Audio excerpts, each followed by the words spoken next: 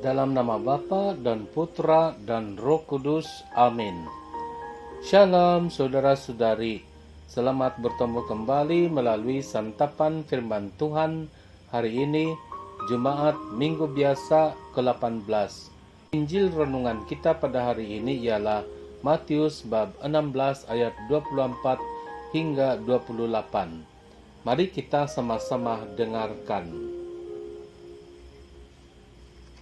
Yesus berkata kepada murid-muridnya, "Setiap orang yang mau mengikut aku, ia harus menyangkal dirinya, memikul salibnya dan mengikut aku. Karena sesiapa mau menyelamatkan nyawanya, ia akan kehilangan nyawanya.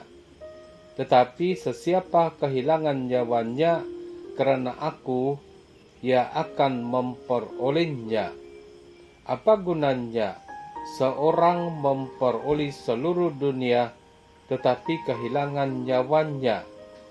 Dan apakah yang dapat diberikannya sebagai ganti nyawanya? Sebab Anak Manusia akan datang dalam kemuliaan Bapanya, diiringi malaikat-malaikatnya. Pada waktu itu ia akan membalas setiap orang menurut perbuatannya. Aku berkata kepadamu, sesungguhnya di antara orang yang hadir di sini ada yang tidak akan mati sebelum mereka melihat Anak Manusia datang sebagai Raja dalam kerajaannya." Demikianlah Injil Tuhan. Terpujilah Kristus. Saudara-saudari, Tuhan Yesus bersabda, apabila Anak Manusia, yaitu Yesus sendiri, datang sebagai Raja dalam kerajaannya, setiap orang akan dibalas setimpal dengan perbuatannya. Kata-kata Tuhan itu memang padan dan adil. Setiap yang baik diberkati dan setiap yang jahat menerima yang jahat. Yang baik berpihak kepada yang baik, yaitu Tuhan, dan yang jahat berpihak kepada yang jahat, yaitu setan. Yang baik terpanggil dan memilih kebahagiaan Allah, yang jahat terpanggil dan memilih kecelakaan setan. Ada dalam kitab Keluaran yang menyatakan kebenaran firman Allah. Karena kebaikan Allah, sebelum Allah membinasakan Sodom dan Gomora, Allah telah selamatkan keluarga Lot, yaitu hanya 4 orang yang baik. Tuhan tidak membinasakan yang baik bersama-sama dengan orang fasik sebelum yang baik diselamatkan. Patutlah dari dulu mengikut adat istiadat. Kebaikan diusahakan dan dipertahankan. Setiap kali ada pertengkaran, harus diusahakan perdamaian dan pemulihan.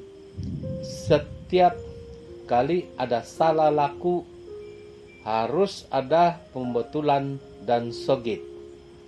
Tujuan kesemuanya supaya kejahatan dibenteras dan kebaikan sentiasa ditegakkan. Saudara-saudari, Tuhan Yesus datang untuk memenangkan setiap orang yang mendengar, yang menerima dan mengikutinya dengan penyelamatan. Tuhan Yesus memang menyelamatkan, tetapi Tuhan tidak menggendong. Tuhan tidak menyikut pengikut-pengikut atau murid-muridnya. Pengikut-pengikut atau murid-muridnya harus berjalan bersama-sama dengan Tuhan, harus berjalan, harus mengikut kehendak atau perancangan Tuhan harus hidup bersama-sama dengan beban kehidupan, bukan hanya dalam kehidupan yang baik saja, melainkan bersama dengan kelemahan, bahkan bersama dengan kebodohan sendiri, bersama dengan kesengsaraan sendiri, mengikuti Tuhan Yesus. Dengan cara demikian, dunia pribadi sendiri diberikan kepada Tuhan Yesus. Dengan demikian, orang itu layak sebagai pengikut Tuhan Yesus. Semoga melalui bimbingan, perlindungan, dan berkat Tuhan, kita menjadi layak sebagai pengikut-pengikut Yesus. Dalam nama Bapa dan Putra dan Roh Kudus. Amin.